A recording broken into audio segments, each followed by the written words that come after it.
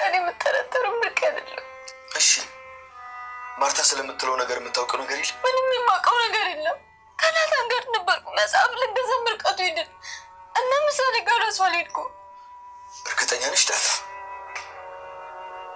ሌባ ነበርኩ። ከሰው አንገት ላይ ጩባ ምናምን ነጥቅ ነበር። ኪስም ማስደነግጥ ነበር። በር ሞባይል ሰርቅ ነበር። ልክ እንዳልሰራው አውቃለሁ። ግን ደግሞ ይህን የማደርገው ለመኖር ብዬ ነው። ምክንያቱም የምበላው ስለሌለኝ ነው። እነ ብሩክን ካገኘሁ በኋላ ግን እንደዚህ አይነት ስራ አቁሜ ነበር። ምክንያቱም የምበላው አላጣሁም። አሁን ደግሞ ቤተሰብ አገኘሁ፣ እህቶች አሉኝ ስል እንዴት ነው እንደዚህ አይነት ነገር በዚህ ሰዓት የማደርገው? ዳጣ ስሜታዊ አትሁኚ። ማርታ ትክክል ነች። በጣም ውድ የሆነ ዕቃ እኮ ነው የጠፋባት።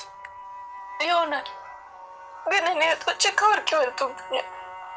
እኔ ሰው ኤቢ በዘረጋችላት ወጥመድ ምክንያት እናቷም ዳጣ ላይ ክፉ እንድትሆንባት ታደርጋለች። ኤቢ ግን ይህንን ሁሉ ነገር የምታደርገው ናታንን ለማግኘት በናታን ሁሉ ነገር ናታንና ዳጣ በመቀራረባቸው ምክንያት ስለሆነ ግን ደግሞ ዳጣ ምንም ነገር እንኳን ይህንን እውነት ባታውቅም ኤቢ ግን ደግሞ ናታንን ስለምትወደው ከሱ ጋር ያለውንም ሰው ለመጉዳት እንደምታውቅ ማንም ግን አያውቅም። ግን ደግሞ ዳጣ ምንም ነገር ባታደርግም ከናታን ጋር ሱቅ ሄደው መርካቶ ሄደው መጽሐፍ ገዝተው ከመጡም በኋላ ግን ቤተሰቡን ቁጭ ብሎ ሳሎን ላይ በሚጠብቃቸው ሰዓት ፊትም ለፊትም ሲገጣጠሙ ሁላቸውም ያፈጡባቸው ነበረ። በዛን ጊዜ ሁለቱም ምንድነው የተፈጠረው ብለው በሚሉ ጊዜ ግን ወይዘሮ ማርታ በጣም ብድግ ብላ ተነስታ አንቺ ሌባ የሆንሽ ልጅ ተመለሰሽ አሁንም መጣሽ እያለች ስትጮህባት ነበረ። ዳጣ ምንድነው የሚባለው ብላ ወደ ኋላም ከናታን ኋላ ትደበቃለች። ናታንም ምንድነው እማዬ እያለ ሲላትም ግን ደግሞ በዛን ጊዜ ባሏም አቶ ደረጀ አረ ተረጋጊ ማርታ፣ ቆይ ግን መጀመሪያ እናዋራት እያላትም አንተ ዝም በል፣ አንተ ነበረ እዚህ ቤት ኃላፊ የሆንከው፣ ስለዚህ እንዳባዋረነትህ አንተ ነበር እጅ ልጅን ጠይቀህ መቀበል የነበረብህ ብላ ባሏንም ትወቅሰዋለች። ይሄ ሁሉ እንዲደረግና ይህንን ደግሞ የቤቱንም ሰላም እንዲታወቅ ያደረገችው ኤቢ እሷም ሳሎኑ ላይ ፊት ለፊታቸው ሶፋው ላይ እግሯን ጠምጥማ ቁጭ ብላ ሁሉንም እውነት እያወቀች ቤተሰቡንም ታባለዋለች። ዳጣ ባላወቀችውንም ነገር ስትከሰስ እሷ ግን እያየች ፈገግ እያለችም ነበረ። ዳጣም ቤት ከገባችበት ጀምሮ የኤቢ አመለካከት ናታንን ትወስድብኛለች የሚለውን ሀሳብ ከምንም በላይ የምታደርጋቸው ክፋቶች እየበዙ ይገኛሉ። ኤቢ ከምንም በላይ በጣም ክፉ ሴት ብትሆንም ግን ደግሞ ይህን ያክል ርቀት ትሄዳለች ብሎ ማንም አያስብም። ኤቢ ከምንም በላይ የምትፈልገው ናታን ከጎኗ እንዲሆንና የእሷ ብቻ እንዲሆን ነው። ግን ደግሞ እሱ ይህንን ነገር አይፈልግምና እሷም ይሄ የኔ ካልሆነ ማንም ሰው ከጎኑ አይሆንም በማለት አጠገቡ ያየችውንም ሰው ሁሉ በመጉዳት ትገኛለች። አቶ ደረጀ ድብቁ ልጁንም ዳጣ እውነቱን አልተናገረም። ግን ደግሞ በመሀል ሌባ ናት ተብሎ ቢባልም ምንም አማራጭ የለውም። ሁሉም ነገር በዝምታ ማሳለፍና እሷ እንዳትጎዳ የሚያደርገውን ሁሉንም ነገር በትኩረት እያደረገ ይገኛል። ወይዘሮ ማርታ ግን እርግጠኛ ሆና ዳጣ ሁሉንም ነገር ወስዳለች ብላ ፍጥጥ ብላ አንቺ ሌባ ዓይንሽን በጨው አጥበሽ መጣሽ፣ አሁን ምን ትሰራለሽ እዚህ? እኔ እገልሻለሁ እያለች እንቅ አድርጋ ጉሮሮዋን ትይዛትና ሁለታቸውም ናታንም አባቷም አቶ ደረጀ ሊያስተዋት ቢሞክሩም ግን ደግሞ አልቻሉም። ሁለቱም እጇንም አንገቷ ስር አስገብታ ሊያስለቅቋትም አልቻሉም። ይህንን ውከት የሰማች ሰላምም ከኩሽና ወደ እነሱ ስትመጣ በድንጋጤ ሰላምም የምታየውን ነገር ዳጣ ኮኪዋን ተይዛ ስታያት በጣም ነው የደነገጠችው። ወይኔ እያለች ስትንጎራደድም ነበረ። ከዚህ መሀልም ውስጡንም ምንም እንኳን ውሃ የዋህም ብትሆን መናገር የማትችል ወይንም ገና ልጅ ሕፃን ብትሆንም ግን ደግሞ የምታየውንም ሁሉ ማንንም ባያምናትም በውስጧ ያየችውንም ኤቢ ነገር ከኪሷ የሆነ ነገር እንዳየች ለመናገርም እንኳን የፈረች ግን ደግሞ አንድ ነገር ትላለች።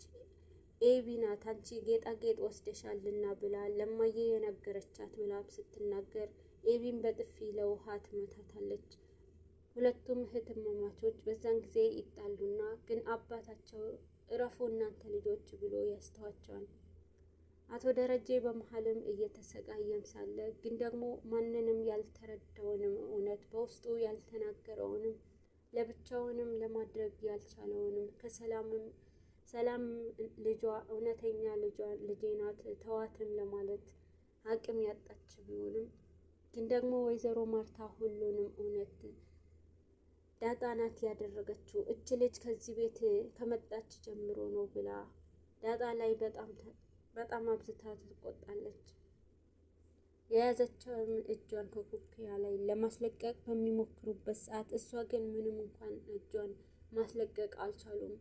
ናታንም ኧረ ተይ እማዬ ትሞትብሻለች እያለ ቢላትም በአንተ ግን በጣም ነው የማዝነው የእሷ ተባባሪ በመሆንህ ብላ እሱንም ትወቅሰዋለች። አቶ ደረጀም አንተ ግን ዝም በል አንተ ነህ ይሄ ሁሉ ያመጣው የማንም የጎዳና ዲቃላ እያመጣ አምጥተህ እዚህ ይሄንን ሁሉ እንዲደረግ ያደረግከው ብላ እሱን በጣም በቁጭት እንዲቆጭና በጣም መጥፎ ንግግሮች ትናገረዋለች። ዳጣ ኧረ እኔ ምንም አላደረኩም እንኳን ብትልም ማንም ሊሰማት አልቻለም። ሁሉንም ነገር ካበቃ በኋላም ዳጣ ምንም ነገር እንኳን ባታውቅም ውሃም ወደ ናታን ክፍል ትሄድና ናታንዬ እያለች ስትለውን ይኸውልህ አንተ ግን መቼ ነው መጽሐፍ ማንበብ የምታቆመው? እስኪ ያጫውተኝ እያለችውም አንቺ ሁሌም ህፃን ልጅ ነሽ እንዴ መጫወት ትወጃለሽ ይላታል። አዎ ነኝ፣ ግን ደግሞ ደብሮኝ እኮ ነው ዳጣ እንደዛ ሲያደርጓት በጣም ከፍቶኛል ትላለች። ሁሉንም ነገር ለመናገር እንኳን ድፍረት ባታገኝም ናታንም ሁሉም እያረጋጋ ቆይ ግን አንቺ ለምንድን ነው ዳጣን ትወጃታለሽ እንዴ ሲላትም አዎ ወዳታለሁ ሲላት ስትለውም ሰላምም ትወጃታለሽ እያለ የሰላም ያላትንም ፍቅር በጣም በመጨበጥ እያደረገች ስትናገረው ነበረ። ግን ደግሞ እውነቱንም የደበቀችውንም እሺ ግን ታዲያ ከኤቢ ጋር ለምንድን ነው የምትጣሉት እያለ አላየሃትም እንዴ በጥፊ ስትመታኝ? እኔ ደግሞ መታት ነበረ ግን አባዬ ስላለ ነው ትለዋለች። ታላቅ እኮ አይመታም እያላትም ኤቢ እኮ ታላቄ አይደለችም እህቴ ናት ትላለች። ናታንም በሩን ስትወጪ ዝጊ እያላት ነበርና አልዘጋም እያለችውም በቃ እሺ ይቅርብሽ ኬክ ልጋብዝሽ ነበረ ይላታል። ውሃ ደግሞ ኬክ ስለምትወድ ኬክ ብሎ ከተጠራ አንድ ነገር እንኳን ማድረግ የማትፈልገውንም ታደርጋለች። እሺ ግን እውነት ትጋብዘኛለህ እንዴ ትለዋለች። አዎ ጋብዝሻለሁ ግን ዳጣን አሳምኛትና ከዳጣ ጋር ከወጣችሁ ነው ይላታል። እሷም እሺ ብላ ዳጣንም ትነግራትና ወደ ኬክ ቤት ይሄዳሉ። ይህንን የሰማች ኤቢም የት ሄደው ነው ብላ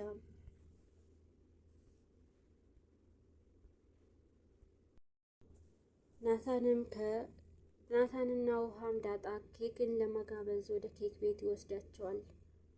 ይህንን ቤት ውስጥ ናታንም ስታጣው ናታን የት ሄዶ ነው ብላ ለሰላም ትጠይቃታለች። እኔ እንጃ አላውቅም ትላለች። ያቺ ስጂ ሌባ የሆነች ልጅ የት ሄዳ ነው በምትላት ሰዓት እኔም እሷንም አላውቅም፣ ግን ለምንድን ነው እንደዚህ የምትሆኝ? ለምን ክፉ ትሆኛለሽ? እያለች ሰላምም ስትጠይቃት ነበረ። ባክሽ አታሽቃብጪ እያለች ሰላምንም ስትቆጣት ነበረ። ግን ደግሞ ውሃም ዳጣም ሶስታቸውም በሚበሉበት ሰዓት ዳጣም ውሃን ለማናገር እየሞከረች ግን ደግሞ እሷ ኬክ ከያዘች ማናገር አትችልም ብሎ ናታንም ይነግራታል። ኬኳን ከጨረሰች በኋላ ናታንዬ ጨምርልኝ ትለዋለች። እኔ እኮ ተማሪ ነኝ ከዚህ በላይ ታገኛለሁ እያላትም ነበረ። ግን ደግሞ ዳጣዬ እያለቻት ወይዬ ውሃዬ የኔ እህት ስትላትም ወሬያቸው በመሀል ይቀጥሉና ናታንም አንድ የተጠራጠረው ነገር ስላለ ከምንም በላይ ዳጣ ደግሞ አንተ ግን እውነት እዛ ተጨንቀ ስላየሁ በእኔ ምክንያት እንደዛ ስትሆን በጣም ነው የከፋኝ ይቅርታ ስትለው ምንም አታስቢ ተጨነቅኩ እንጂ ምንም ያደረኩልሽ ነገር የለም ይላታል። ግን ደግሞ አንድ ነገር የውልሽ ውሃ ያየሽው ነገር ካለ ስለዚህ ነገር የምታውቂው ነገር ካለ ይላታል። እሷም ለመናገር አዎ አውቃለሁ ትላለች። በዛን ጊዜ ዳጣና ናታንም በጣም ይደነግጡና እውነት ታውቂያለሽ ወይ ይላታል። አዎ አቢ ኪስ ውስጥ የማየ ጌጣጌጥ አይቻለሁ ብላም ትናገራለች። በዛን ጊዜ በጣም ይደነግጡና ዳጣም እባክህ በቃ ተወው፣ በእኔ ምክንያት ይሄ ሁሉ ተፈጥሯል። አሁንም ድጋሚ የባሰ ይህንን ነገር እንዲደረግ አልፈልግም ትላለች። ዳጣም ከቤቱ ሰላም እንዲነሳ አልፈለገችም። እኔ ሌባ ብባልም ችግር የለውም ብላ ነገሩን ለማቅለል ትሞክራለች። ግን ደግሞ እውነቱን ናታን ይህንን መደበቅ የለበትም ብሎ ለአባቷ ለአቶ ደረጀ ይነግረውና አቶ ደረጀም ለኤቢ ያፋጥጣታል። ኤቢን በመደንገጥ ይህንን ሻንጣ ክፈቺ፣ ይህንን ክፈቺ እያለ ያስደነግጣታል።